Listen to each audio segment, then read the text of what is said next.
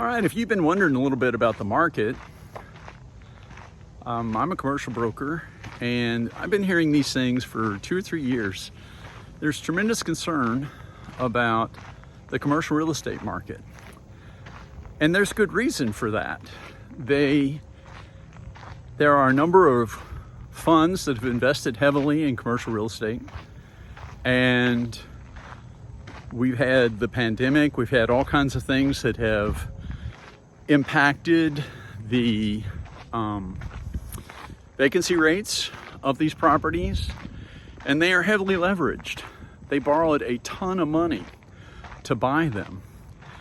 And when they borrowed that money, it was at a much, much lower rate.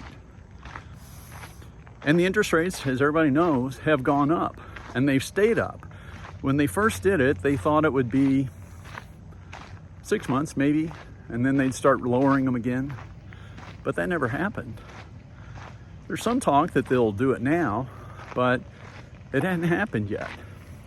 So what's happened is many of these loans were set to expire. In fact, they were expected to expire a year or two ago. And I was always curious why we hadn't seen this, and it turns out that we kind of have. One thing that happened is that the banks were able to just extend another year.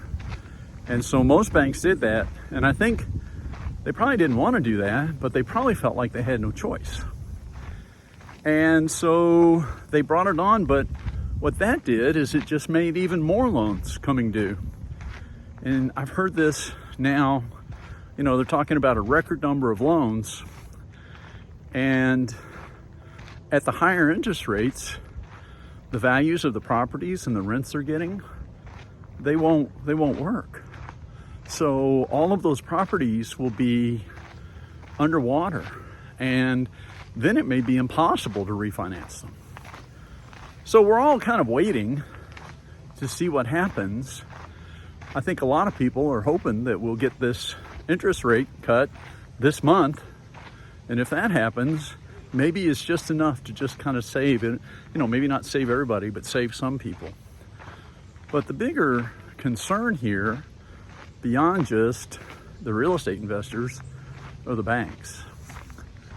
Because the banks, it's largely smaller banks, community banks, that own all the commercial real estate debt. It is not the big banks. And we have seen this a little bit.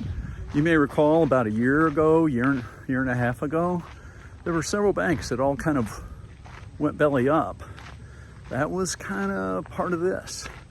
So you remember there was Silicon Valley Bank, and there were 2 or 3. And they were able to kind of shut that down. But that was just kind of delaying the problem, not solving it. So there's concern that if these do start going belly up, that it could create a chain reaction and create all kinds of problems with banking. And I am told that the FDIC is busy right now hiring extra auditors because they think it's going to happen. And they're concerned that they won't have enough people to deal with it. Now, I can't say what scale that'll be, but there is a concern that it could be, if this happens, it could create a banking crisis. We could have a situation where our second-tier banks are all in danger, and in order to save them, probably the most likely way is they're going to start forcing a bunch of mergers.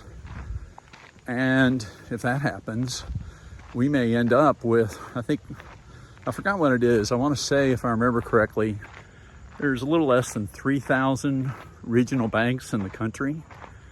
And if that happens, there's some people who think it could get down to, under 100, maybe even a few dozen.